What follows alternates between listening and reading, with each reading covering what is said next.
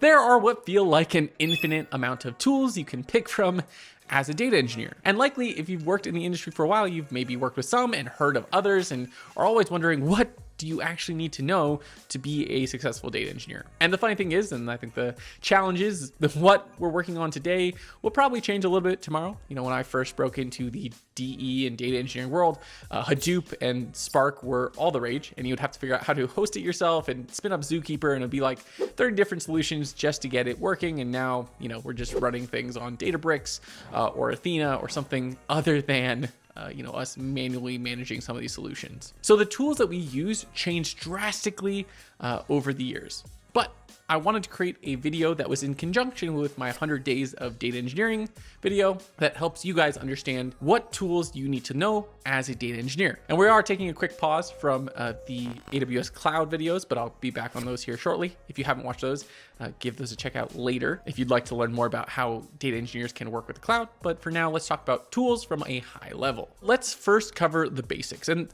this is one of the challenges, is like, where do tools start and where do tools end in terms of solutions? I think it's fair to say that programming and certain languages and basic solutions kind of fit in the tool aspect and tool world, right? Like, they are tools we built as humans, as tool builders, to help us automate and build processes. So with that, I think the tools you'll definitely need as a data engineer, even with things like ChatGPT, obviously, SQL, Python, Linux. I say Linux more overarchingly.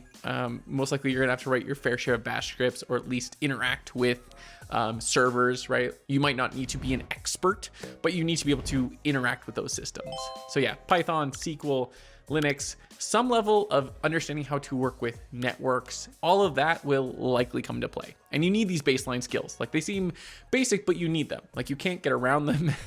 Yeah, there's lots of drag and drop tools, but I recall recently I was working with someone who was working on SSAS, and they were like, oh yeah, I don't do the C# blocks in SSAS because I don't know how to do it. Which to me is a little bit of a cop-out, because yeah, you kind of should be able to do at least some baseline coding. It doesn't have to be fancy, but at least, some level of understanding, of object-oriented programming, how to write functions, just your baseline understanding of Python. Now, along with those basics come kind of your other technical basic solutions and tools, right? Things like Git, right? You probably think of it as GitHub, but Git is a broader solution and a broader tool that you will need to know. You will need to know how to version control all of your various code that you will be putting into places, whether it's in a Lambda or in a larger system that you're developing, in Airflow, etc. It needs to go somewhere. And so at least understanding the 4 or 5 commands in Git that you will likely use all the time, things like git add, git commit, and git push, at the very least, to understand how those actually operate. And if you want to go deeper, there are plenty of articles that explain to you how this tool operates, but just being able to understand how to create branches and these small things is very vital to being successful as a data engineer. And again, these skills kind of really build up your baseline. And I think this is why it can be hard to break into data engineering, is because these are the tools that can take time just in themselves to become decent at. You can probably, in the 100 days that I've set up, get a good idea of these solutions, but maybe becoming really good at them is hard. And honestly, I'm still working on these solutions and constantly finding new things that I maybe don't know fully in these solutions. Another kind of basic technical set of tools that you will likely need to know is things like SFTP and PGP. These again are kind of this interesting space. I haven't started talking about actual tools yet, people probably think of Airflow or Snowflake, but these are baseline skills and baseline tools you will likely need to work with. You likely will have somewhere that SFTP will come into play. It still exists today, even with data sharing. I had to do it at Facebook. I had to use SFTP, or Secure File Transfer Protocol, in order to push files out to external partners who would then ingest that data and then do analytics on it and then give us back some sort of reporting on it. And similarly, as we're going through that process, often we'd encrypt that file with some set of keys. So using something like PGP or some similar protocol will likely be required as well. And now you've got a baseline set of tools. And I probably use skills and tools here interchangeably. In all fairness, some of this is tools, some of this is skills, but I think you can't avoid these, right? These are things you have to know how to work with. You're gonna have to know how to program, you're gonna have to know how to use SQL, You're going to likely have to interact with a Linux box somewhere, whether it's an EC2 instance or GCP cloud compute. Somewhere you're going to be interacting with these solutions and these tools. Now, you are a data engineer, so you can't just know obviously these. These are tools that likely, depending on how you apply them, either make you more of a software engineer, a data scientist, or a data engineer, which is why we break these names up. I've seen some people, I think recently, kind of poke fun at these names or be like, you're not really an engineer. That's less of the point to me. To me, it breaks up the difference of why these different jobs exist and what they do, right? Sure, we're a data plumber. That's fine. Plumbers still have specific sets of tools, and plumbers also solve very hard problems. I know I've had them have to fix a few around my house. So as a data engineer, there are specific tools that we use heavily. First, often, at least you'll have to interact with databases. In particular, likely you'll pull a lot of things from certain source databases. And these source databases tend to be your traditional relational database management systems, or something more on the like NoSQL side. So things that are maybe document databases like MongoDB. So that's always great, or CassandraDB. You'll also likely need to know, obviously, again, the traditional Postgres, MySQL. You don't have to know every database that exists, right? There's IBM DB2, there's, your Oracle databases. More than likely, as long as you get 2 or 3 under your belt and they're kind of using some different dialect of SQL, you will be familiar enough to pull from various sources in the future. Yes, they might all interact slightly differently. And one will use change data capture one way, one will do it another way, one will have bin logs, one won't. But as long as you get, I think, 3 or 4 that you're comfortable with, that you can build a basic schema on, that you can understand how to insert data into, that you can understand how to update data, you'll likely be okay here. You don't have to be, again, an expert, but you need to be familiar enough to build on them, to understand why someone might put an index somewhere. It will take, again, time. These aren't things you have to rush through. Don't let my 100 days of data engineering make you feel like you have to run through any of this stuff. Again, if you don't learn it now, if you happen to get a job as a data engineer somewhere, you'll be learning it there. So just make sure you don't run too fast, otherwise you're gonna be stressed out in your actual job. So again, now that you've kind of got your databases underway, right? You've kind of built a good understanding of how databases operate. This will kind of give you the next layer of knowledge so that when you go into what now people kind of call like cloud data platforms or cloud data warehouses, honestly, there's so many different terms now that people use for these solutions because you look at them and they aren't actually set up like sometimes traditional databases, which is why it's good to actually understand how I think traditional databases operate so that when you look at Snowflake, you don't think they're the same thing. You don't think like, oh, this operates 100% exactly the same way as my traditional database, or same thing with Databricks, which is even farther removed from your traditional databases and harder to probably grasp that, hey, there is a compute engine here, or there's some sort of, query engine here, sort of with Spark, and there is kind of storage, but some of the traditional stuff that exists is kind of all piecemealed out, right? It doesn't exist in the same framework. And so that's why it's really important, I think, to build these steps slowly so that you understand these differences. I always remember when I first interacted with my first data warehouse, because I had taken like your traditional relational database course in school, and I was literally interning at the same time while I was taking that course. And looking at this data warehouse, I was like, oh, these are kind of the same, right? Like you've got something called a key here and an ID here, but they're the same thing, right? Is in my mind. And obviously a few months later, I eventually learned that no, these are different things. And I had to like dig into that and start reading things like Kimball and actually dig into the differences. And that's why I think, again, the more you can kind of understand and see when things are different, it just makes you more valuable as a data engineer moving forward. So the next one, I'm sorry for that diatribe, but the next one is really these data platforms. So Snowflake, Databricks. We're gonna throw a BigQuery in there. Again, it doesn't fit maybe as much of the data platform-ish space, but I guess if you add in everything else GCP has, it kind of can. So if you add in all the GCP data flows and things like that, it kind of fits. But these are the traditional solutions you might have to know. You can also, again, throw in Redshift there and Azure Synapse Analytics, which actually does fit more of that data platform space.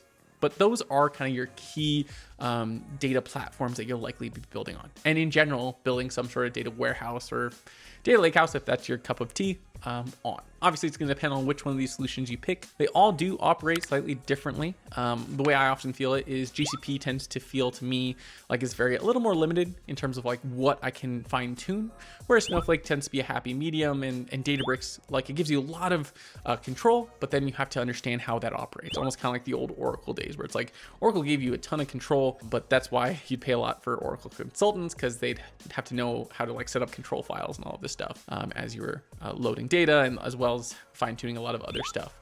Whereas you could just use SQL Server, which I often found a little easier to work with versus Oracle. Now, as you're learning these solutions, you're going to again be layering more and more of your skills on top of each other. Think about it. What are you going to be likely writing when you are working on Snowflake or BigQuery? Likely SQL. That is how you're going to interact with these various solutions. Hopefully, on top of these tools, you also have the skills and best practices to build a data warehouse or a data lakehouse. But that's where I definitely draw the line in terms of like what's a tool, what's more of a skill and a best practice, right? That's going to fall more in terms of like how you build data pipelines, how you build data warehouses. That comes more into skills and best practices and design versus actual tools that can help you implement these best practices and designs. And along with that, if you're on a Databricks fan person, you will have to learn Spark and how it operates and how you can best interact with it, including when you're writing things like SQL instead of maybe Python or Scala in order to interact with Spark. You know, what's the best way to run joins?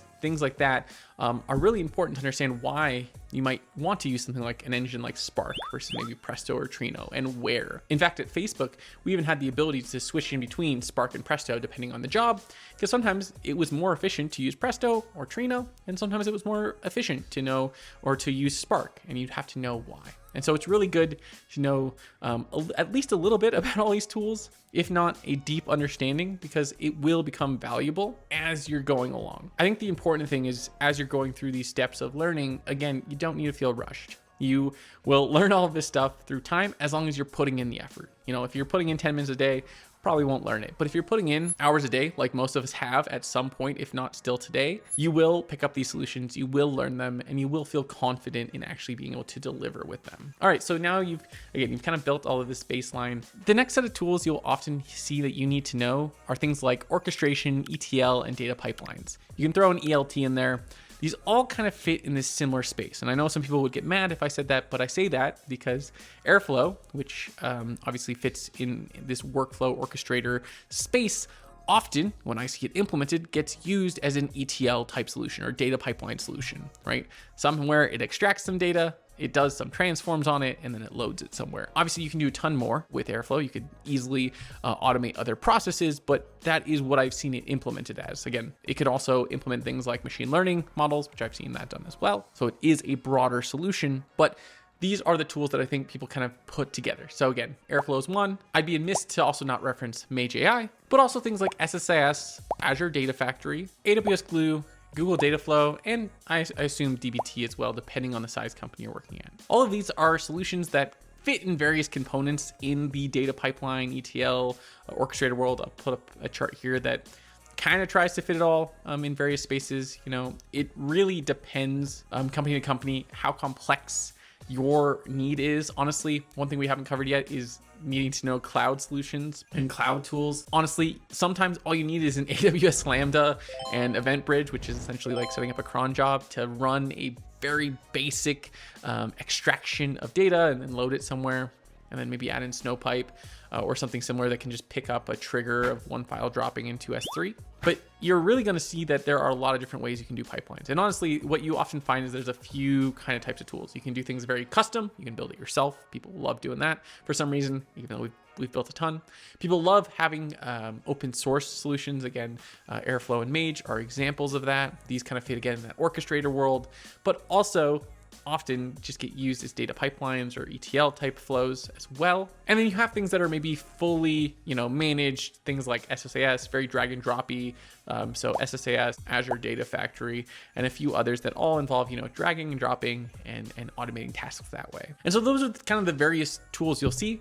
There's a few others that very much focus on maybe just extract and load. Most of those tend to be very easy to work with, so I don't think you need to put a ton of effort learning them off the bat. I think it's very much worth to at some point, but more than likely you'll need to pick some of these solutions because you will likely use them. And they tend to be the easiest to learn because there are others even. Again, we could go on forever in terms of orchestrators and data pipelines, Informatica, and a few others that often cost a lot of money to get access to. But for now, I think just understanding the concept and getting a few of these tools under your belt, maybe one or two, is good enough generally to at least make you hireable, which is your first goal, is just get hired in a junior position, and then eventually you can go from there. And again, like I kind of referenced earlier, the cloud is another set of tools that you will eventually learn. There are a ton of clouds. You don't need to learn all the clouds. Generally, I tell most people AWS is a safe bet because most people use it. If you do want to learn Azure, understand that most of that is going to be at large enterprises that use it, whereas AWS tends to be a broader range. And I find that most people that use GCP use it for BigQuery because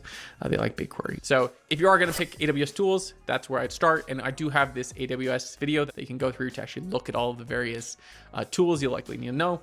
I think I go through like 8 or 9 because you don't need to know every solution. And so the cloud is always a baseline that you need to know. And then there's a ton of one-off tools that you may or may not need to know. Like honestly, I have mixed feelings. I will say that it's worth at least digging into Docker because you probably will have to occasionally start up a Docker instance here or there. And same thing with Kubernetes. At least understand how it operates, understands how to kill, a pod occasionally, but more than likely you'll have a DevOps team that manages it. And if not, you are the DevOps team and that's now your new job. Like it's very hard to build data pipelines and manage a bunch of infrastructure that you've developed. Similar thing can be said about Terraform, right? Like it's worth knowing, but in theory, you should have a DevOps team that does that. Obviously nowadays people are starting to, I feel like, reduce the amount of people that work on these teams. So maybe you will be a one-stop shop for all of this stuff, but these tend to be the things you can maybe learn last.